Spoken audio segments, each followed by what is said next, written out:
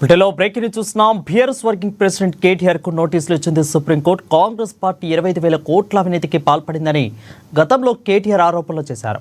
దీనిపై ఉట్నూరు పిఎస్లో కాంగ్రెస్ ఆత్రం సుగుణ ఫిర్యాదు చేశారు. అయితే సుగుణ ఫిర్యాదుపై కేసు నమోదు చేశారు పోలీసులు. ఉట్నూరు పిఎస్లో నమోదైన కేసును కేటీఆర్ సవాల్ చేయగా హైకోర్టులో ఊరట లభించింది. ఇక దీంతో హైకోర్టు తీర్పును సవాల్ చేస్తూ సుప్రీంకోర్టులో సవాల్ చేశారు ఆత్రం సుగుణ. సుగుణ పిటిషన్పై విచారణ చేసిన జస్టిస్ సంజయ్ కరోల్ ధర్మాసనం పిటిషన్పై సమాధానం చెప్పాలని కేటీఆర్కు నోటీసులు ఇచ్చింది.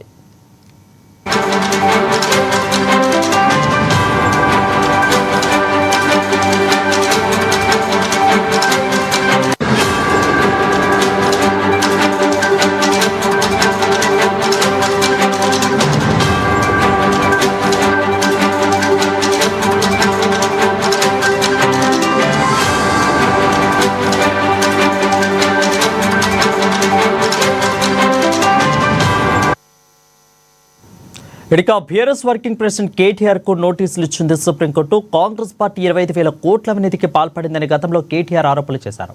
దీనిపై ఆత్రం సుగుణ ఫిర్యాదు చేయగా అది సుప్రీంకోర్టులో ఉంది. దీనిపై మరింత సమాచారం మా ప్రతినిధి భవిత అందిస్తారు. భవిత చెప్పండి, దీన్ని ఏ విధంగా చూడాలి? నెక్స్ట్ కేటీఆర్ ప్లాన్ ఏ విధంగా ఉంటుంది? సుప్రీంకోర్టు నుంచి అయితే నోటీసులు అందాయి, ఏ విధంగా ఉంటుంది?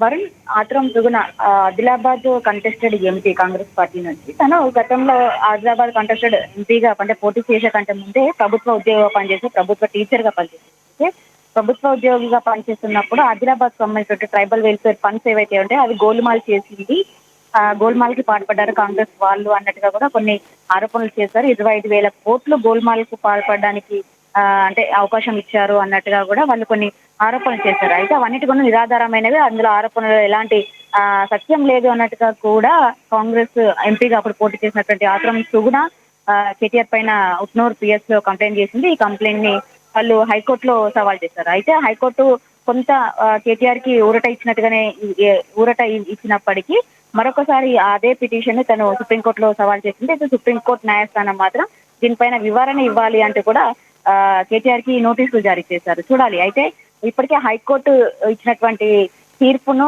సుప్రీంకోర్టులో సవాల్ చేయడము, హైకోర్టు ఒక విధంగా తీర్పు ఇవ్వడము, సుప్రీంకోర్టు ఇంకొక విధంగా తీర్పు ఇవ్వడము, ఎలా చూస్తారో కేటీఆర్ ఎలా స్పందిస్తారని మనం వెయిట్ చేయాల్సిన అవసరం అయితే ఉంది. అయితే పూర్తి స్థాయిలో ఎక్కడ కూడా నిధులు గోల్మాల్ కాలేదు, ఆధారం లేకుండా కేవలము అంటే బట్టకాల్చి మీదేసే విధంగా కేటీఆర్ ఆరోపణలు చేస్తున్నారనే అంశానికి సంబంధించి ఆత్రం సుగుణ పిటిషన్ అయితే దాఖలు చేసింది. దానికి సంబంధించి ఈ రోజు సుప్రీంకోర్టులో ఖచ్చితంగా దీనిపైన వివరణ ఇవ్వాలి అన్నట్టుగా కూడా వాళ్ళు ఉత్తర్వులు జారీ చేసినట్టుగా తెలుస్తుంది. అయితే ప్రస్తుతం అయితే కేటీఆర్ అందుబాటులో లేనట్టుగా తెలుస్తుంది.